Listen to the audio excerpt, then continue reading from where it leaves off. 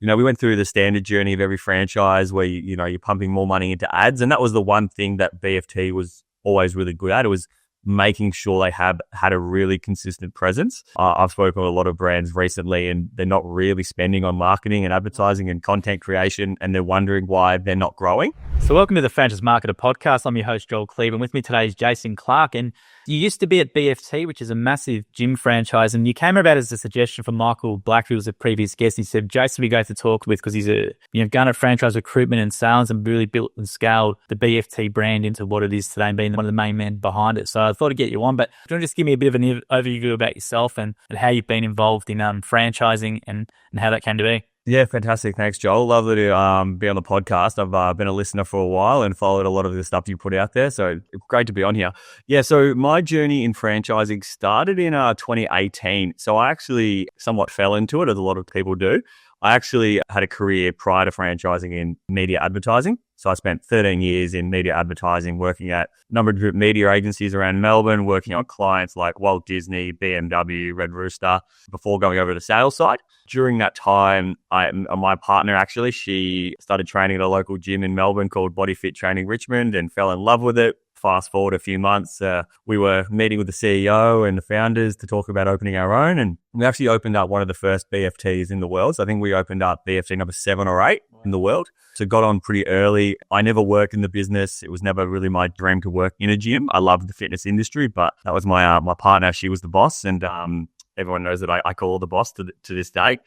And it was probably after about 6 months after opening our first studio that BFT head office started, reaching out to the market about bringing someone on board to help them scale because, like every good franchise, started out with the founders and the CEOs doing absolutely everything, and had a sit down meeting with them, talked to them about my background and my philosophy and how I'd go about it. And before I knew it, I was working at BFT head office, and I think I was the 3rd or 4th employee. So that was about 2019. At that time, the BFT brand was still really young, had about 50 or 60 territories sold and about 12 locations open. And I was there for about 6.5 years. Helped them scale from that 50, 60 sales and 12 open to, I think when I left, we'd sold over 500 territories around the world and had over 300 locations open across 13 countries. So definitely rode the highs and the lows of any franchise brand. And it was a great journey. Very impressive growth. Now, how did you then tackle it? How did you look at it? So great having a marketing background, I think, or advertising background in regards to doing a franchise. But how did you then tackle this growth? Like, how did you build up the recruitment pipeline? Where'd you start? Yeah, to be honest with you, when I look back on it, if I knew what I knew now, like it would have been even bigger, right? I'm sure you probably look back at your journey, mate, and I'm sure if you knew what you knew now 5 years ago, it would be even bigger and better. So early days, to be honest with you, we just rewrote the drive and the interest in group training. Obviously, I'm going to sit here and talk about some of the things I implemented, but, it'd be amiss of me to say that, having a great product definitely helps. What Cam Falloon, Richard Burnett, and the rest of the team there have built at Body Fit Training is pretty amazing. And selling a good product definitely helps. My early stages was really just identifying who that kind of key persona was and really understanding who our core franchisee should be. A lot of times I think brands get their franchisee and their customer a little bit confused. And a lot of times our franchise sales did come from members and these kind of things. And it took time, right? It took time to understand what we should be looking for, right? Even near the end of my journey with BFT, people would ask me, by now I'm sure you can sit down with people and sum them up pretty quickly and realize if they're going to be good or not. And to a degree, yes. But there's a lot of things that you just can't put your finger on, and it's about, that they've got to have inside them. So, we went through the standard journey of every franchise where, you're pumping more money into ads. And that was the one thing that BFT was always really good at. It was making sure they had a really consistent presence. I've spoken with a lot of brands recently and they're not really spending on marketing and advertising and content creation, and they're wondering why they're not growing. Yeah. So that's probably an easy thing for me to help fix. BFT was always really big on that. We went through the journey of like every franchise brand of be your own boss and all that kind of taglines, which I think does everyone's head in these days. But I think it was when we started really heroing the results of our stores and our studios that we saw that huge drive. So we literally started putting out to the world, average revenue per location, number of members on opening, these kind of things, which got mixed results. I don't know if you've got some experience with that, Joel. I'm sure you do, but it got us a lot more interest and leads. Definitely, you always get some negative comments on Meta about people calling you out of that kind of stuff. And I know Jim's group's not really, you guys get your own little bit of negative PR, and you've got your own way of dealing with it, which I think was pretty awesome. The one thing that did surprise me was franchisees didn't love that. Franchisees didn't love seeing ads running saying average revenue of $40,000 in their first month, these kind of things. So yeah, it's a bit of an interesting journey to kind of navigate. Yeah, franchisees for us don't mind that. It's more franchisors, because what happens for us, both us, is that they see, we do a lot of stuff like $1 million mowing franchisee, right? Yeah. But the average mowing franchisee, probably revenue wise, 150, 160K, which is still really good as a sole trader. But you can do $1 million for sure. They normally just set the expectation that the franchisee coming in would just assume I'm going to make $1 million, right? So that was the more perspective. But on the other side for me is, I agree with you. There's so many be your own boss, be your own boss, be your own boss, be your own boss. And the common question that you would get asked, and I get asked all the time, is how much will I make, or how much can I make, right? So having content on the front end that can answer that question, is a really good, I think, selling tool. And a lot of the American franchises do it really well. So there's a lot of franchises in America who will literally run Facebook ads with earning profit and loss statements as the actual graphic Facebook ad. Yeah. They'll do it, because I think there's a little bit also in Australia, you got the tall poppy syndrome, right? When someone's talking about, I make 500 grand revenue, someone's there saying, how much you're paying your fees, tax, you're to take it, this, and this, and this. Whereas the American attitude is a little bit different, right? So a lot of their recruitment pages is more open and transparent about financial figures and earning and location, revenue, potential, sort of stuff. Whereas if Australia, I think we're still a little bit scared of that sort of stuff. Well, it's interesting, right? Because we were, by the end of my time with BFT, we were in 13 countries, right? So what works in Singapore is really, really different to what works in New Zealand. Like New Zealand is probably where I got most of the kind of, let's say, not less than positive feedback from franchisees about that marketing. I had some franchisees calling me, telling me that, their members are walking in asking for discounts because they can tell how much money they're making. And, they would say they had to drive their second car to the gym. They wouldn't want to drive their BMW to the studio to hide it, which, I guess that's a good problem to have.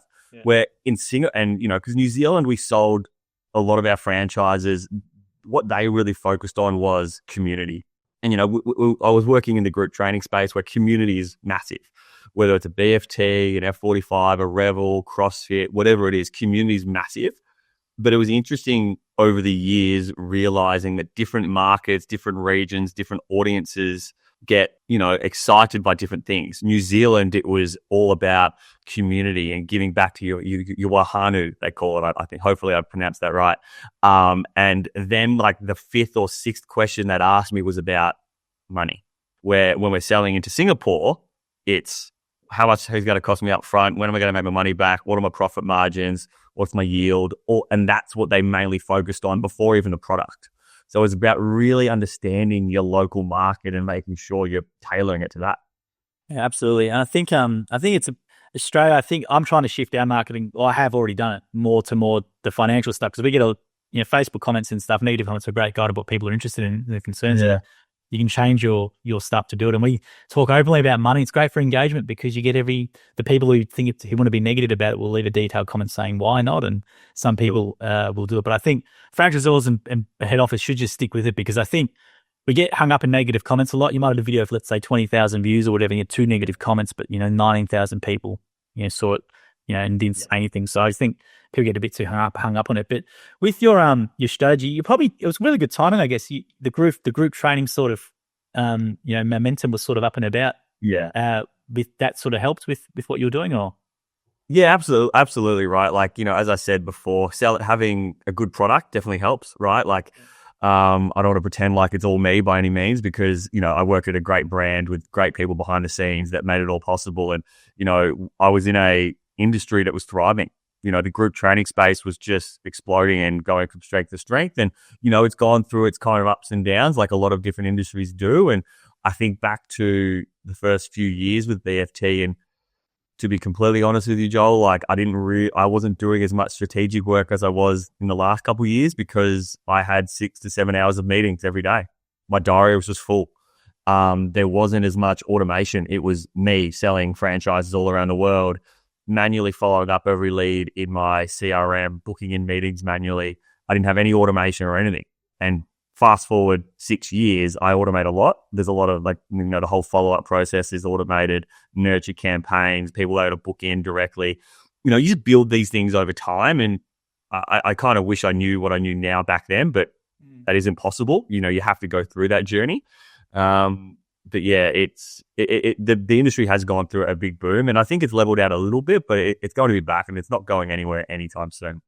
Absolutely. I think with so much online stuff, I think people crave that in-person connection and community. I think, the product you guys have is a really good one. And I was going to say then as well, you mentioned content, because I hear this as well. People go, I want high quality leads, and I go and look at, I give advice all the time, and I get a brand going, I'm not getting any high quality leads, or all my leads, don't turn out well. And you go look at a YouTube channel or Instagram page, and they've got nothing from a video content perspective. And I think gyms do it really well. I think a lot of gyms will do a lot of content focus. And I know founders in the gyms franchise space, I know Pit Stop, for example, Peter Hull does a lot of his personal brand stuff, which I think is really cool. So with the content stuff, where did you start, and how did you integrate that, or how did you do that for a recruitment side?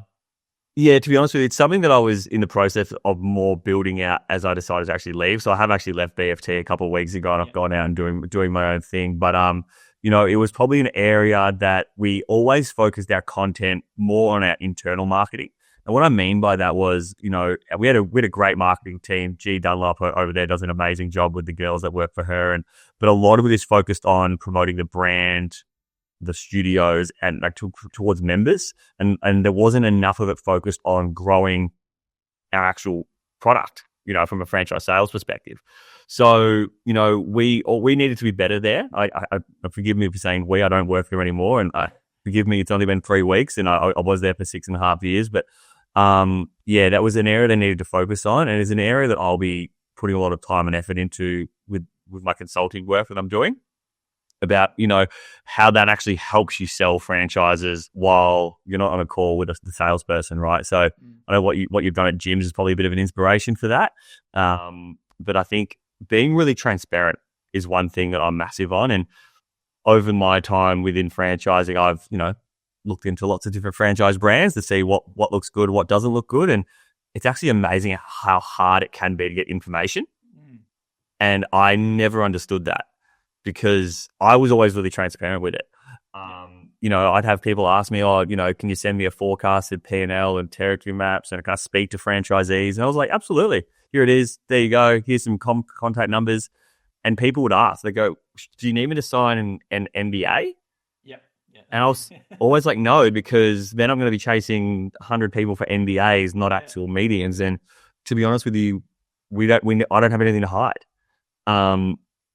It is really, really tough to sell a secret. It's really, really hard. So making it transparent and putting it out there to the world is going to do half the battle for you. I'm glad you said that, Gob. I think I completely agree. I came from outside of franchising myself, and I couldn't believe how hard it was to find any information about gym. Gyms in general, right? And that really annoyed me. So my model, we do transparent content model, whereas it can annoy some people, especially franchisors, if you're just saying, hey, if you pay us $5,000, you can walk away with your clients. We don't hold you back openly, which we do. But I was going to say as well, even though you weren't directly maybe doing the franchise recruitment content, you're still showing to members, I guess, in a roundabout way, this is the insides of the working off the gym. And then indirectly, I presume you're getting some people maybe consuming that content for 6 months or for a year and going, how can I buy one of these things? Is that what happened? Or? Yeah, totally right. And, I think within the group training industry and the fitness industry, social media is massive. It's like, you look at the BFT Instagram would have like 20-something thousand followers. There's content posted every day. Every single studio will be putting up stories and content over and over and over again. And that's great. And that always promotes the brand. That helps.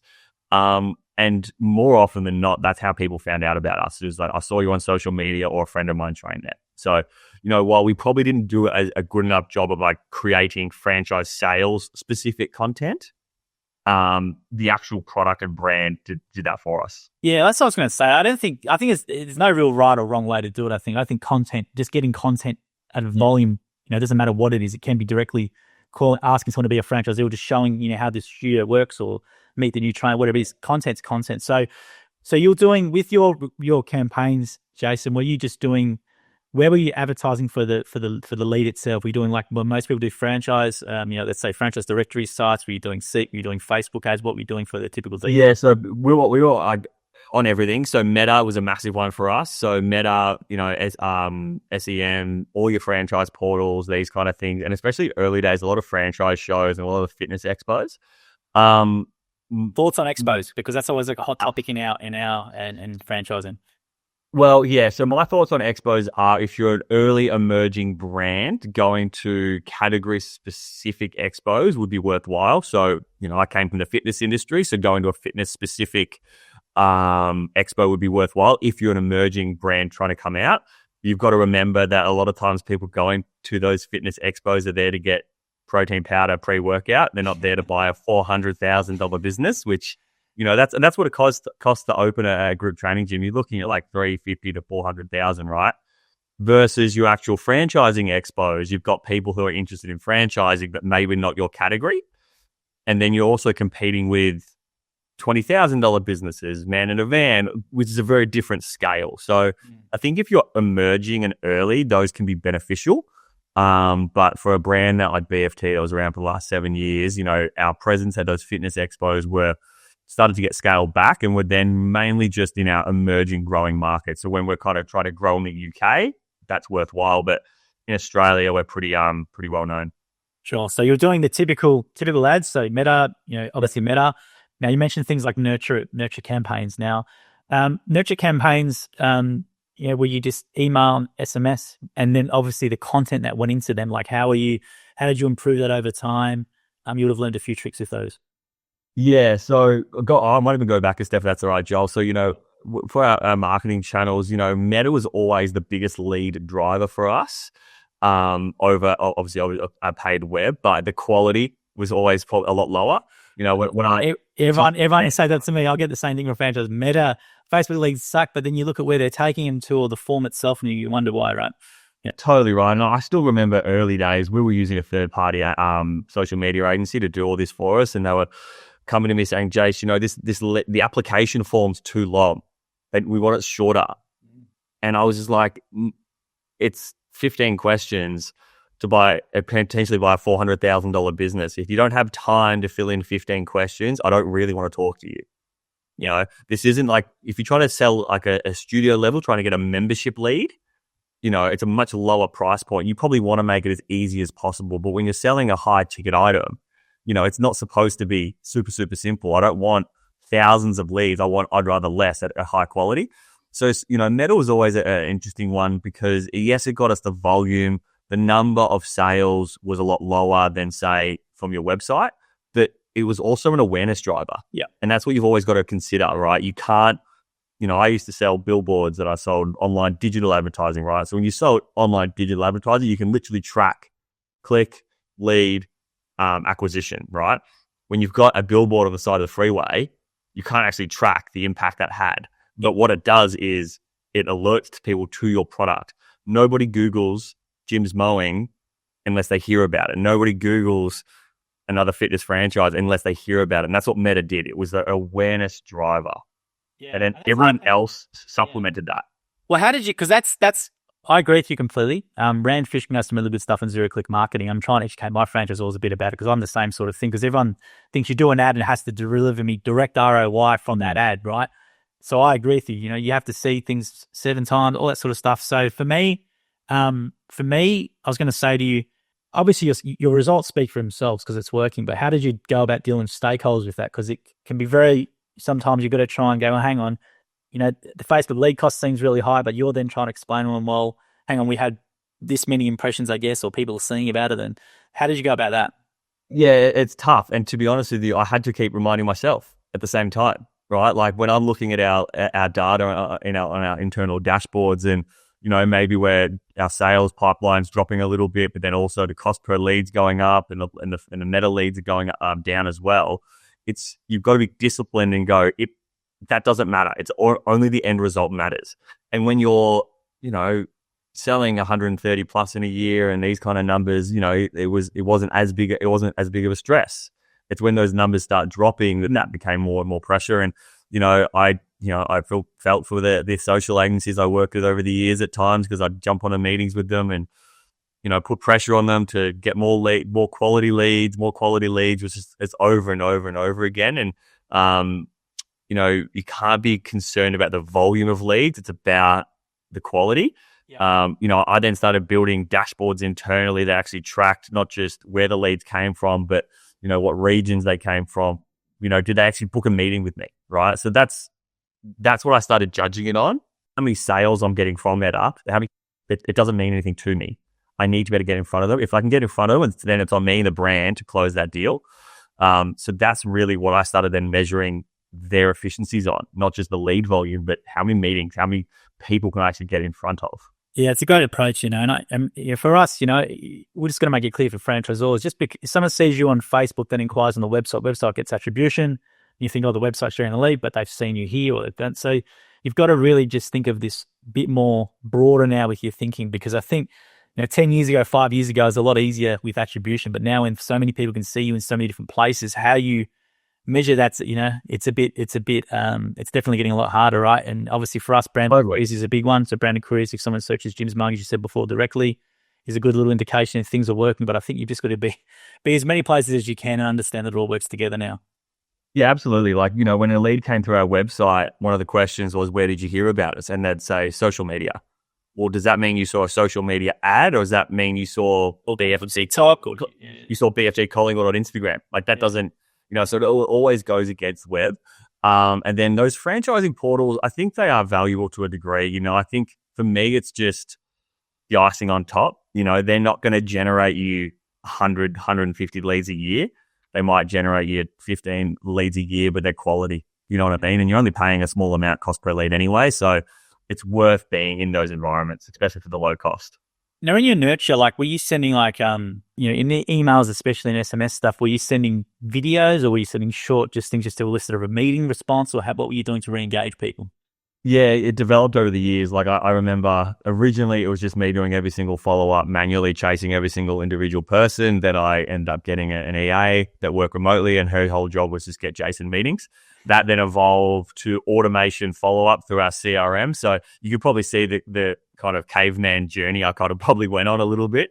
And now it's, more about educating those clients. Early days, it was like, just get me in front of them, because I really backed myself in that the way I sold was based on knowledge and passion, to be honest with you. It wasn't really, I didn't need to do any little tips and tricks. It was just, I loved the brand. I knew it inside out and backwards, and I speak quite enthusiastically.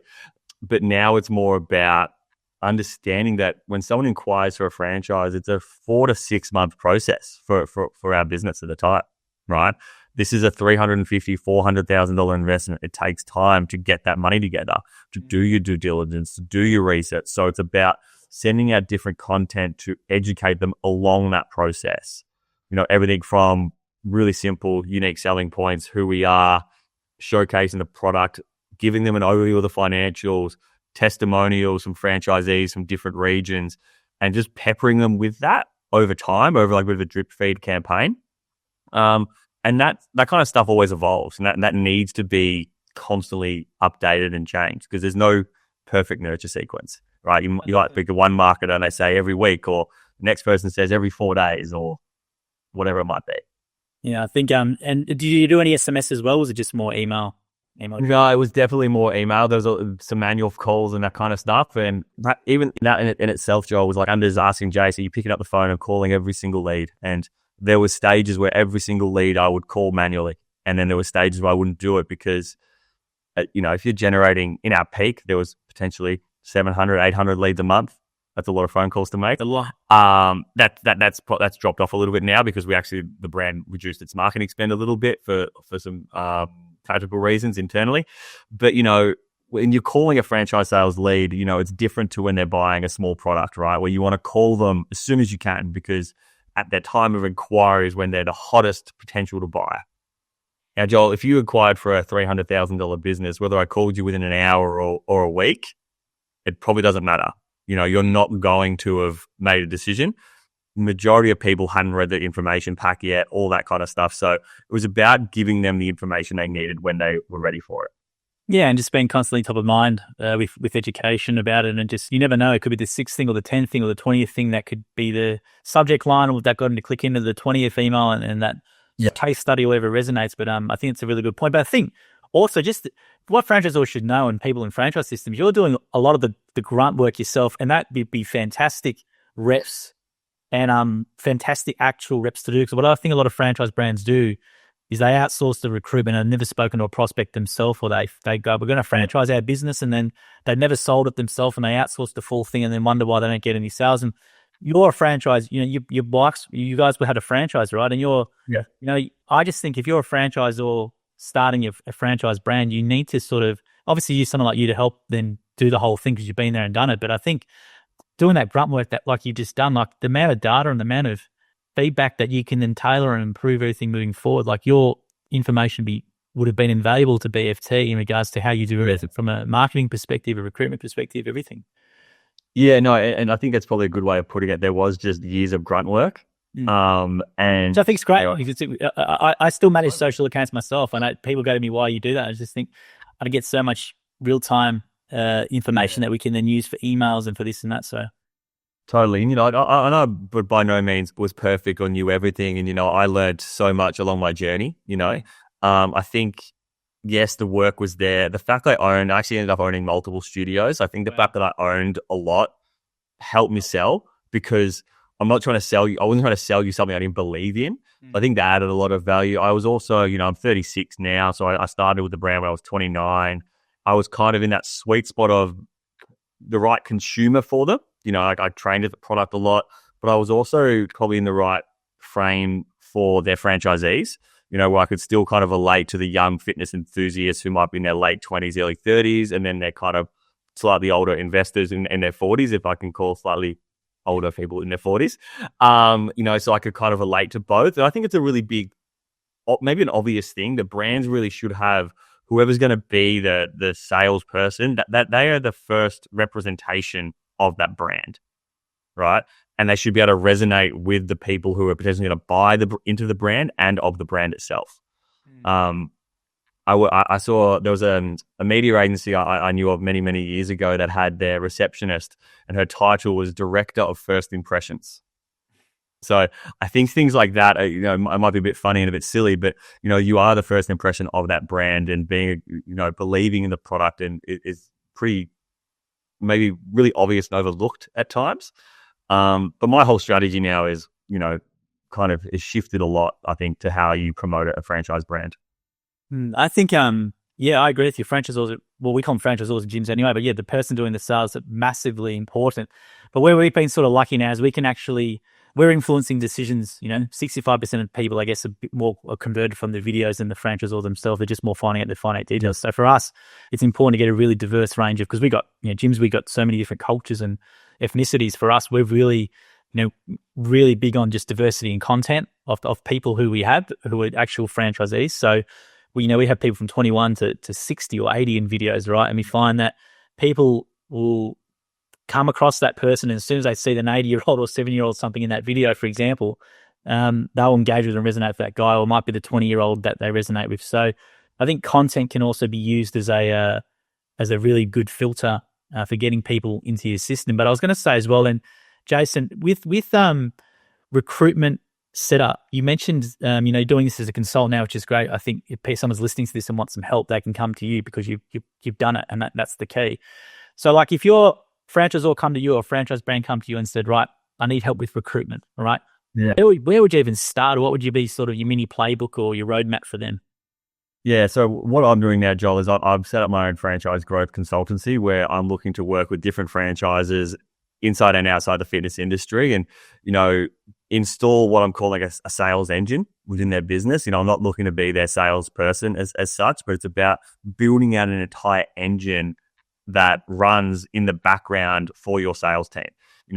You can hire an absolute gun salesperson and you work them into the ground and they'll do absolutely everything, but then that's only going to do so much. If you put these systems and processes in place behind the scenes, it does a lot of the heavy lifting for them. So before, what I'm doing is I'm meeting with a few brands at the moment and getting to know their business, because, every brand might need a slightly different sales engine, right? If you're a really early brand, putting in all 8 components of the sales engine from marketing, landing page optimization, application forms, partner qualification might be a little bit over the top, right? So let's just install 1 or 2 small things. You're marketing your front side of the stuff, and we'll get that started. Then as you start to scale, we can start adding all the other things. I think as much automation as you can would be my biggest tip. I keep thinking back to my early days, and it was manual follow-ups, absolutely everything. And I probably regret how much time I probably wasted just sending follow-up emails and time in front of the screen doing that, where you can just automate all these kind of things. That'd be one of my biggest recommendations. And then the whole content play is something I wish I probably put more time into. What I've now kind of got is my own kind of philosophy on how you should be utilizing content. And, it's from listening to other experts in the industry like yourself, Joel, is the more kind of content you can produce and put out there, it will do the selling for your brand 24/7, right? I think back to my times when I was working on the Walt Disney account, and this is kind of in my presentation, but I'll talk you through it a little bit, is I call it the Iron Man concept, and I call it that because the first campaign I ever worked on was Iron Man. And, whenever a new movie comes out, the first thing they do is launch the trailer on their YouTube. The first thing they do. And that gets hundreds of thousands and millions of leads. And it's the long form 3.5-minute trailer. Then when they actually launch their kind of campaign leading into the movie launch, they launch the 60-second trailer and the 30-second, right? Because it's the slightly longer form. Once that generates all the interest and people have seen it, that's when they start to cut down to the 15-second trailer. Because once you've seen the 30-second trailer, seeing the 15-second reminds you of that. Then they build in the audio, the radio, the static imagery, the billboards. Because once you hear it on the radio, you remember you've already seen it, the long form. So you use that smaller form content to remind you about that longer form. So that kind of be one of my recommendations is produce some longer form content. House it on your own platforms, whether it's your YouTube, even just your own Instagram accounts. Like these fitness franchises in particular have got so many followers and they post to them every single day, but not a lot of it is about owning a franchise. Yeah. A lot of it's just about, here's our product, look how good it is. There's a huge opportunity there. So housing it on there permanently, and then every month you can then, through AI really easily upload a 3.5-minute content piece into an AI tool that'll then clip out 5 15-second videos that you can use on your marketing. And from there, you use your static imagery off those videos with your key stats. And if you keep repeating that, you've got a pretty big library bank up your sleeve.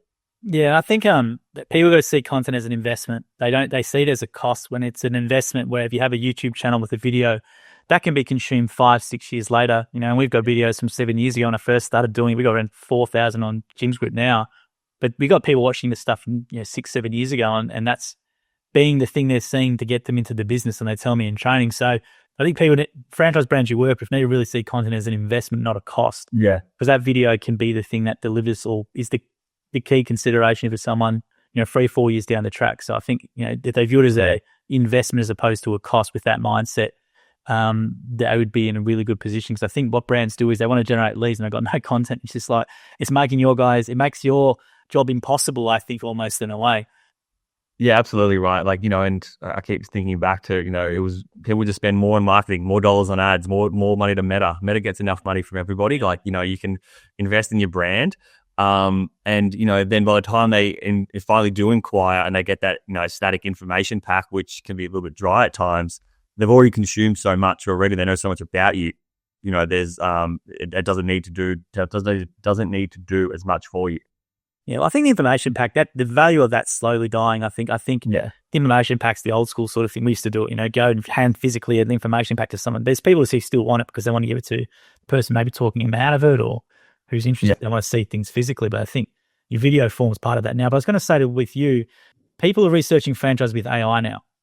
And I think that's something franchisors don't consider. And I think we've got to start considering it, because I've had people in training say, I asked ChatGPT if buying Jim's Mowing was a good business decision or not. And I said, well, was it? And they go, well, I'm here. So I'm like, well, they're not even relying on the franchisor to speak to them now. They're relying on AI to do a Q&A about being a franchisee. So Where do you see that in the next 5 years? Like, because I think people are going to have a lot more access to these tools and be more comfortable using that. And they're not just going to be relying on speaking with Jason, for example. They're going to do a Google research on you. They might AI, they might do all these things. So how do you see that sort of playing out over the next period of time? Yeah, to be honest with you, like I think it's obviously this isn't going to be groundbreaking. It's the next big thing if it isn't already. I was a slightly slow adopter, I guess, to AI over the last couple of years. It's probably only been the last 12 months that I've really tried to embrace it. And a lot of the brands I've been meeting with over the last few weeks is asking them what they're doing with it, and almost all of them say nothing. And you really need to, because you type not really. Like if you type into Gemini or ChatGPT, should I buy a XYZ franchise? Yeah. I sit opposite these founders and I say, what do you want it to say? In an ideal world, if I type it into my phone right now, what do you want it to tell you? Because you can feed it. You can upload information, you can upload, content that will regurgitate it back to your consumers. Right. So being really smart with that is really, really important.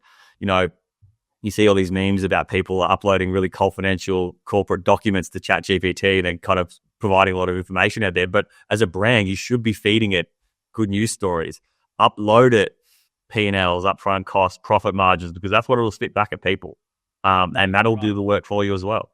It's very smart. I think brands who do that can control the narrative in those AI search engines, and those who can't are relying on maybe if their brand was mentioned on Reddit from someone who was a disgruntled franchisee or something like that. And, you can do it, as you said, you can game it yourself. Basically just do a whole bunch of articles on your website, make sure the H1 is for that term.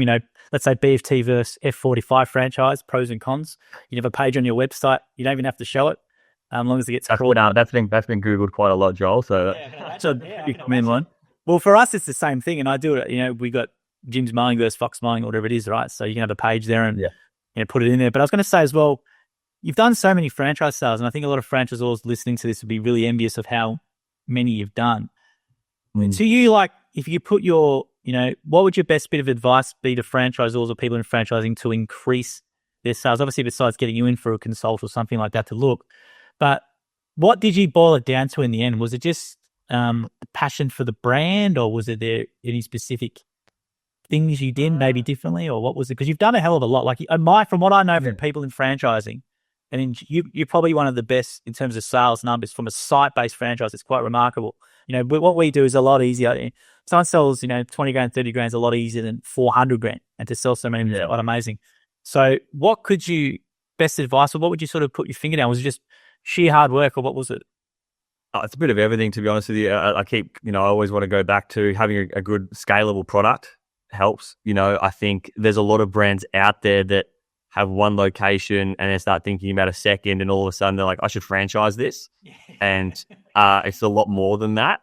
Having the economics of your business really sound is obviously a no-brainer.